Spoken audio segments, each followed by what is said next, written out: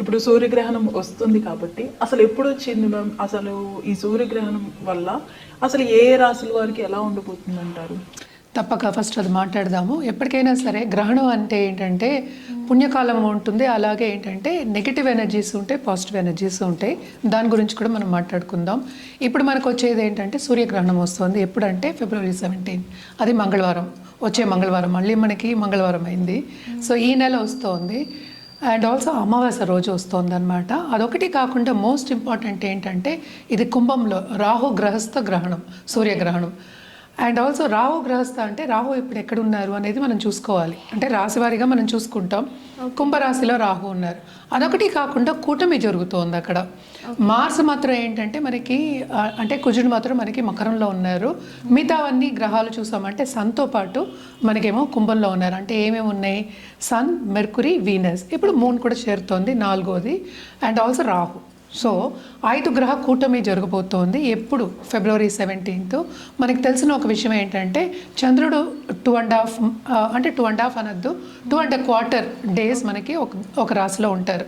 So తిరుగుతూ ఉంటారు, మనకి తెలుసు. సో అది అమావాస్య రోజు వచ్చింది February 17. అండ్ ఆల్సో ఏంటంటే చంద్రుడు ధనిష్ట నక్షత్రం 4వ పాదంలో ఉన్నప్పుడు వస్తుంది.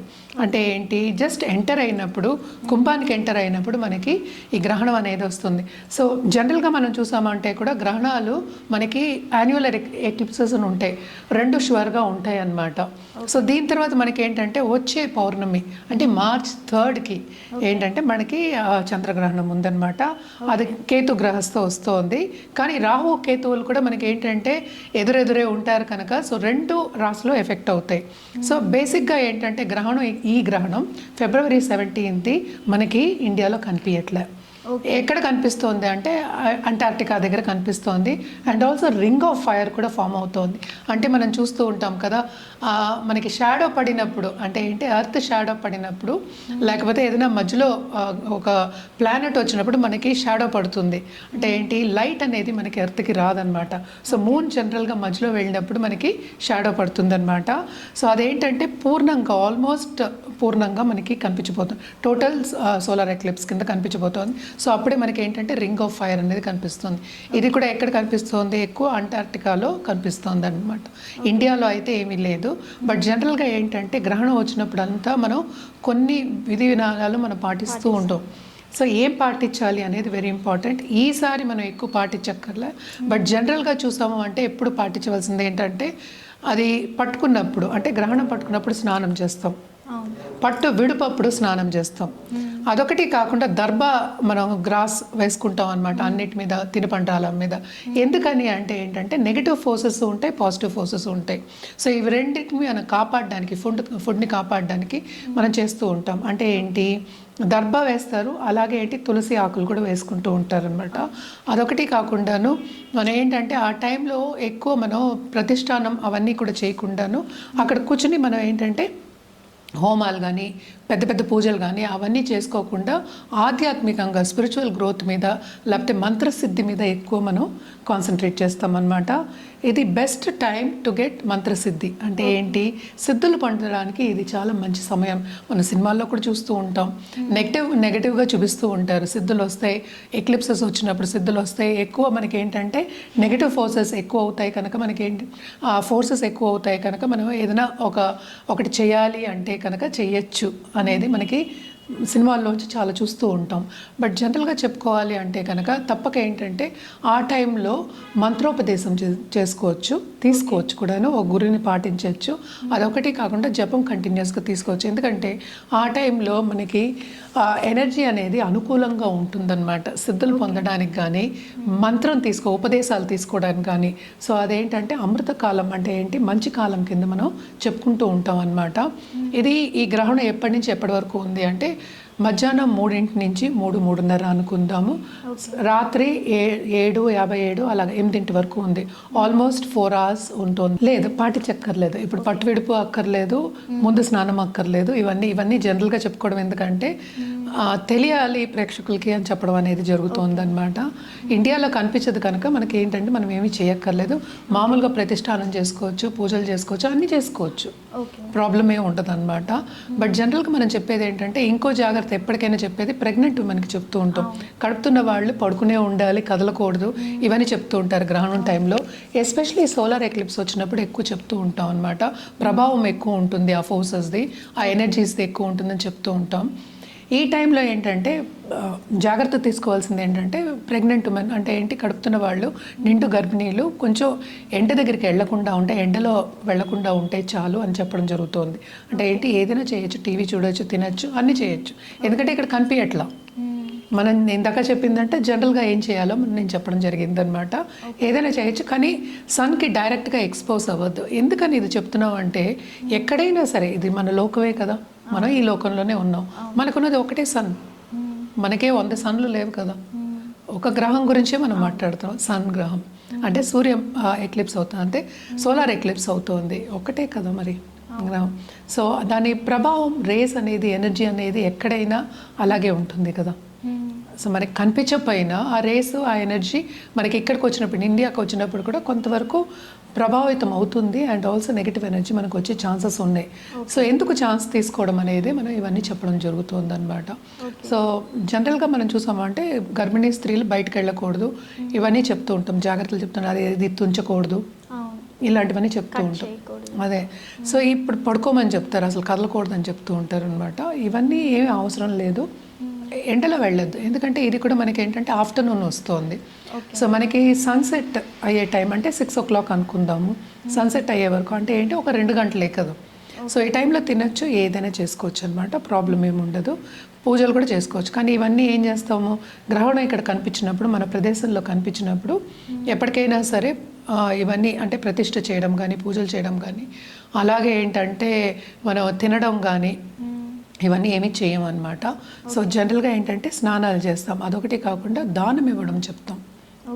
ఈ టైంలో మనకి ఇక్కడైనా సరే, మనకి ప్రపంచంలోనే జరుగుతుంది కనుక దానం ఇవ్వడం అనేది వెరీ ఇంపార్టెంట్.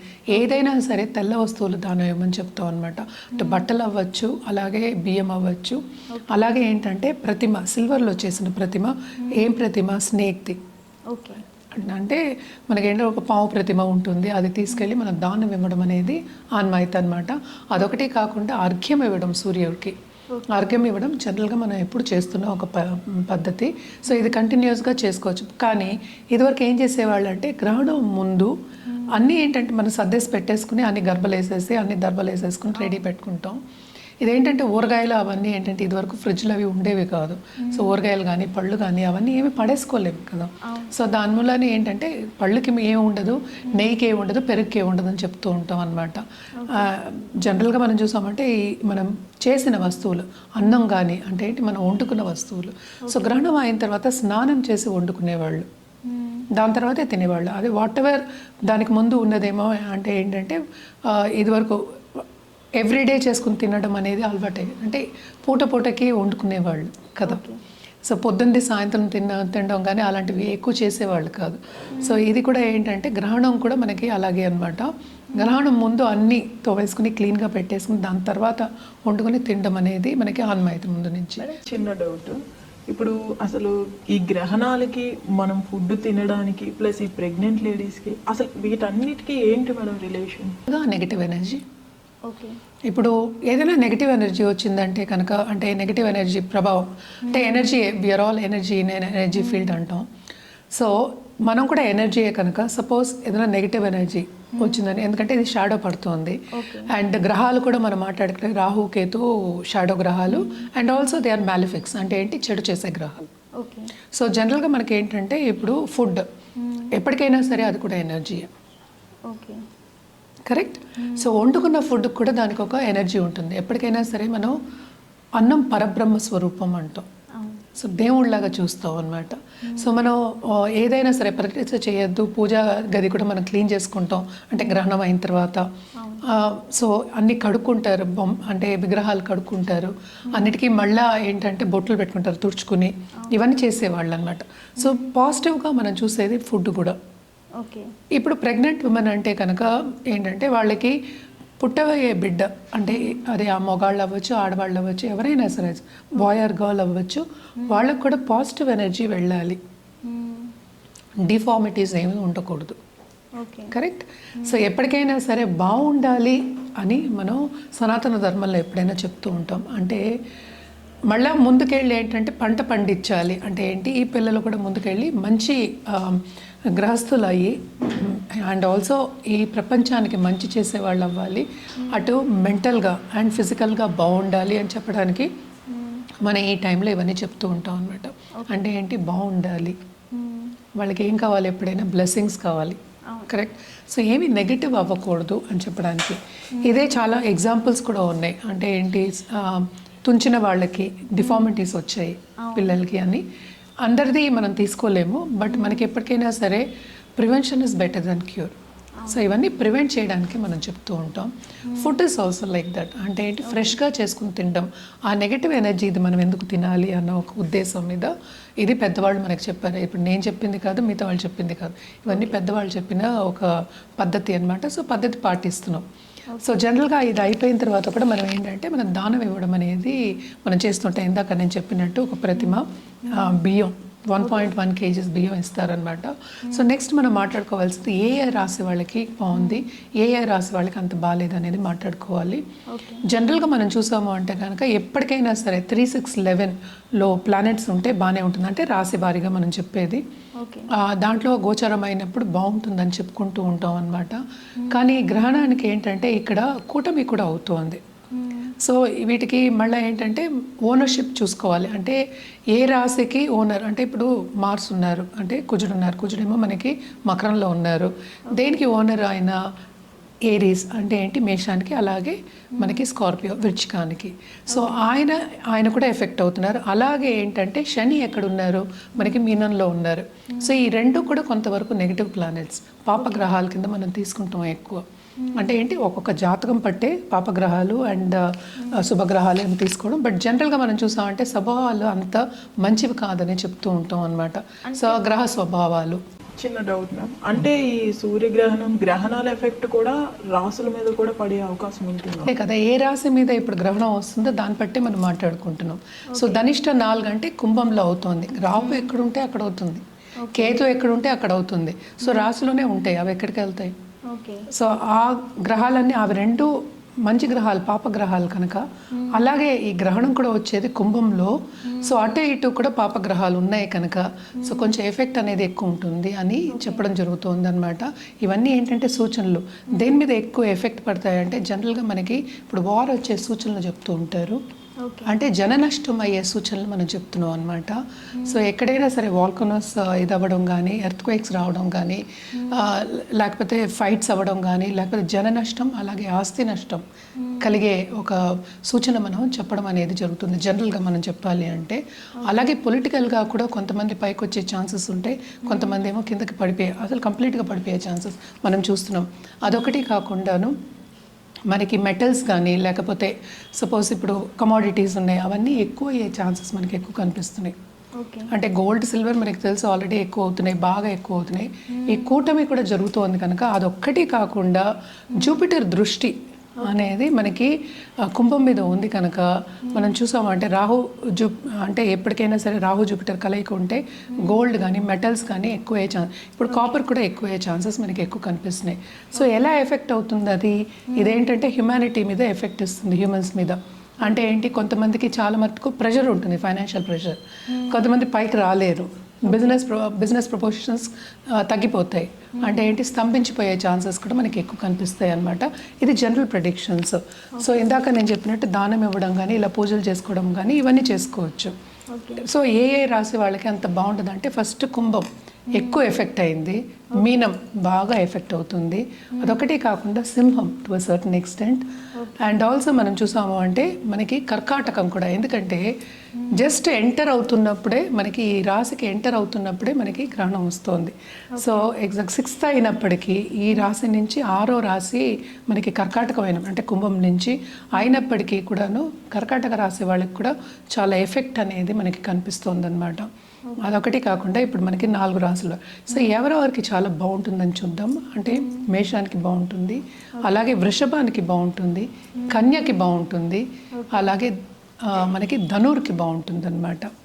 సో ఈ 4 రాశుల వాళ్ళకి చాలా బాగుంటుంది. అంటే దేంట్లో బాగుంటుంది, ఫైనాన్షియల్ సిచ్యువేషన్ ఇంప్రూవ్ అయ్యే ఛాన్సెస్ ఉంటాయన్నమాట.